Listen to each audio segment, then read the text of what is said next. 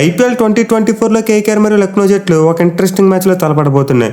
Mainly present ఈ రెండు టీంలు చూసుకుంటే పాయింట్స్ టేబుల్లో టాప్ 4లో ఉన్న టీమ్స్. సో ఈ సీజన్లో అయితే రెండు టీంలు చాలా మంచి ఫామ్లో ఉన్నాయి కాబట్టి మనమైతే ఒక నెక్ టు నెక్ మ్యాచ్ చూడొచ్చు.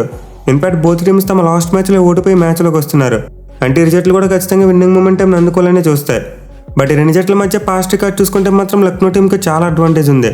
ఈ రెండు టీమ్స్ ఇప్పటివరకు మొత్తం 3 మ్యాచ్లు తలపడితే 3 మ్యాచ్లు కూడా లక్నో వాళ్ళే గెలిచారు. మెయిన్లీ రెండు జట్ల మధ్య మ్యాచ్ అంటే ఇప్పుడు కూడా చాలా క్లోజ్గా ఉంటుంది. ఎస్పెషల్లీ మనం ఎక్కువగా రింకు సింగ్ స్పెషల్ చూస్తూ ఉంటాం. సో లాస్ట్ ఇయర్ చూసుకుంటే రెండు జట్ల మధ్య మ్యాచ్ జరిగినప్పుడు రింకు సింగ్ ఒక అద్భుతమైన ఇన్నింగ్స్ ఆడాడు. బట్ కేకేఆర్ టీం ఒక పరుగు తేడాతో ఓడిపోయింది. అలాగంతకు ముందు సీజన్లో జరిగిన మ్యాచ్లో చూసుకున్న రింకు సింగ్ మరో ఎక్సలెంట్ క్యామ్ ఇన్నింగ్స్ ఆడాడు. బట్ ఆ మ్యాచ్లో కూడా కేకేఆర్ టీం 2 పరుగుల తేడాతో ఓడిపోయింది.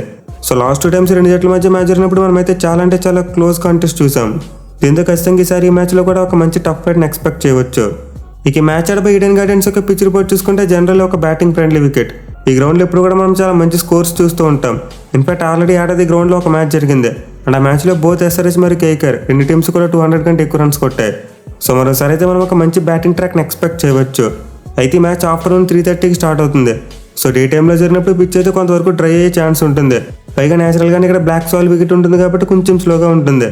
సో దీన్ని బట్టి చూసుకుంటే పిచ్ మీద స్పిన్నర్స్ మేబీ గేమ్లోకి వచ్చే ఛాన్స్ ఉంది. మెయిన్లీ మ్యాచ్ ప్రోగ్రెస్ అయిపోతే రన్స్ కొట్టడం కొంతవరకు డిఫికల్ట్గా మారచ్చు.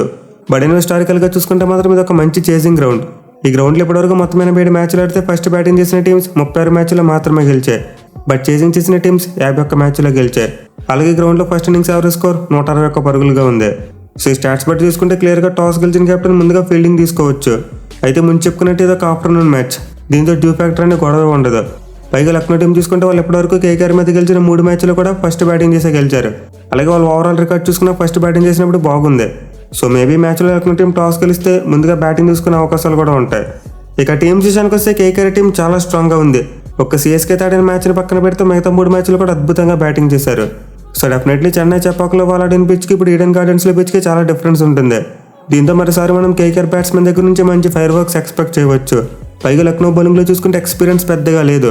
సో ఖచ్చితంగా కేకేఆర్ బ్యాట్స్మెన్ బాగా అడ్వాంటేజ్ తీసుకుంటారు. మరి ముఖ్యంగా మనం వీడియో స్టార్టింగ్లో చెప్పుకున్నాం, లక్నోతో కేకేఆర్ మ్యాచ్ అంటే రింకు సింగ్ స్పెషల్ ఖచ్చితంగా ఉంటుంది. సో ఈ మ్యాచ్లో అయితే కేకేఆర్ టీం రింకు సింగ్ని కొంతవరకు అప్ ది ఆర్డర్ పంపే ప్రయత్నం చేయాలి. మరీ నెంబర్ 6 or 7లో కాకుండా నెంబర్ 5లో పంపితే బాగుంటుంది అనుకుంటున్నా. బట్ వాళ్ళ దగ్గర ఉన్న బ్యాటింగ్ ఆర్డర్ బట్టి చూసుకుంటే వెంకటేష్ అయ్యర్ని నెంబర్ 5లో పంపుతున్నారు. ఇంకా రింకు సింగ్ని ముందు ఆడించాలంటే కొంతవరకు కష్టమే. ఇనివే రింకుతో పాటు సునీల్ నారాయణ్, రసెల్ మరియు సాల్ట్ ఈ ముగ్గురు కూడా మంచి ఫామ్లో ఉన్నారు. అలాగే అండర్ 19 కోర్ రఘువంశీ కూడా చాలా మంచి ఇంప్రెసివ్ బ్యాటింగ్ చేస్తున్నాడు.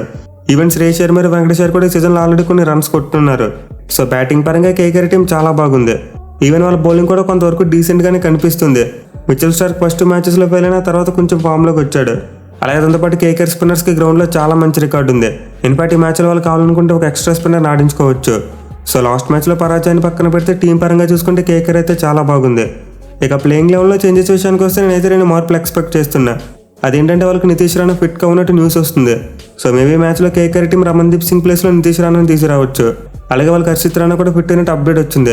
సో అతను కూడా మేబీ వైభవ్ అరోరా ప్లేస్లో రావడమో లేకపోతే ఇంపాక్ట్ ప్లేయర్గా రావడమో చేయొచ్చు.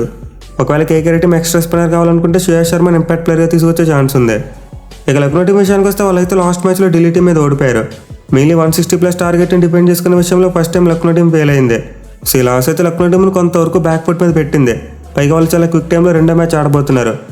జస్ట్ 1 డే ముందు డీసీతో మ్యాచ్ ఆడారు. బట్ మళ్ళీ వెంటనే 1 డే గ్యాప్లో కేకేఆర్తో మ్యాచ్ ఆడబోతున్నారు. బట్ కోల్కతా వాళ్ళకి చూసుకుంటే మాత్రం ఆల్మోస్ట్ 1 వీక్ గ్యాప్ వచ్చింది. సో లక్నో టీం అయితే తమ ఓటమి నుండి నేర్చుకోవడానికి పెద్దగా టైం దొరకలేదు. కానీ కేకేఆర్ టీంకి చాలా టైం దొరికింది. బట్ ఎనివే టీం పరంగా చూసుకుంటే లక్నో టీం కూడా బాగుంది. పేస్ బౌలింగ్లో కాస్త ఎక్స్పీరియన్స్ తక్కువైనప్పటికీ ఎస్టాకూర్ లాంటి బౌలర్స్ బాగానే బౌలింగ్ చేస్తున్నారు. అలాగే వాళ్ళ స్పిన్ కాంబినేషన్ చూసుకుంటే బిష్ణు మరియు Pandya already proven players. But anyway Lucknow team అయితే మయాంక్ యాదవ్ లాంటి ప్లేయర్ని బాగా మిస్ అవుతుంది. మెయిన్ అతని పేస్తో అపోనెంట్ బ్యాట్స్మెన్ చాలా ఇబ్బంది పెట్టేవాడు. బట్ ఇప్పుడు వాళ్ళ దగ్గర చూసుకుంటే అలాంటి ఒక ఎక్స్ప్రెస్ ఫాస్ట్ బౌలర్ లేడు. సో మేబీ లక్నో టీం ఈ మ్యాచ్లో నవనీలక్ను కూర్చోబెట్టి సమర్ జోసెఫ్ని ఏమైనా ఆడిస్తారేమో చూడాలి. అలాగే బ్యాటింగ్లో చూసుకున్న వాళ్ళకి దేవదత్ పడిక్కల్ కంటిన్యూస్గా ఫెయిల్ అవుతున్నాడు. సో అతని ప్లేస్లో ప్రేరక్ మన్కట్ లాంటి ప్లేయర్ని తీసుకొచ్చే అవకాశాలు కూడా పుష్కలంగా ఉన్నాయి. బట్ ఇందులో లక్నో టీం బ్యాటర్స్ కూడా కొంతవరకు మంచి ఫామ్లో ఉన్నారని చెప్పుకోవాలి.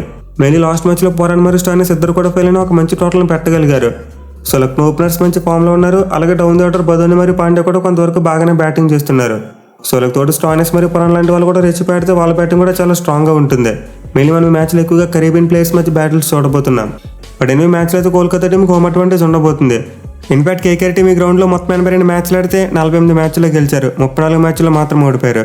అలాగే స్టార్టింగ్లో చెప్పుకున్నట్టు ఆడది ఆల్రెడీ వాళ్ళు ఈ గ్రౌండ్లో ఎస్ఆర్హెచ్ టీం ఓడించారు. సో ఫస్ట్ ఈ మ్యాచ్లో కేకేఆర్ టీంకి చాలా వరకు అడ్వాంటేజ్ ఉండబోతుంది. చూడాలి మరి వాళ్ళ లక్నో టీం మీద తమ మొట్టమొదటి విజయాన్ని అందుకుంటారా లేదా అనేది.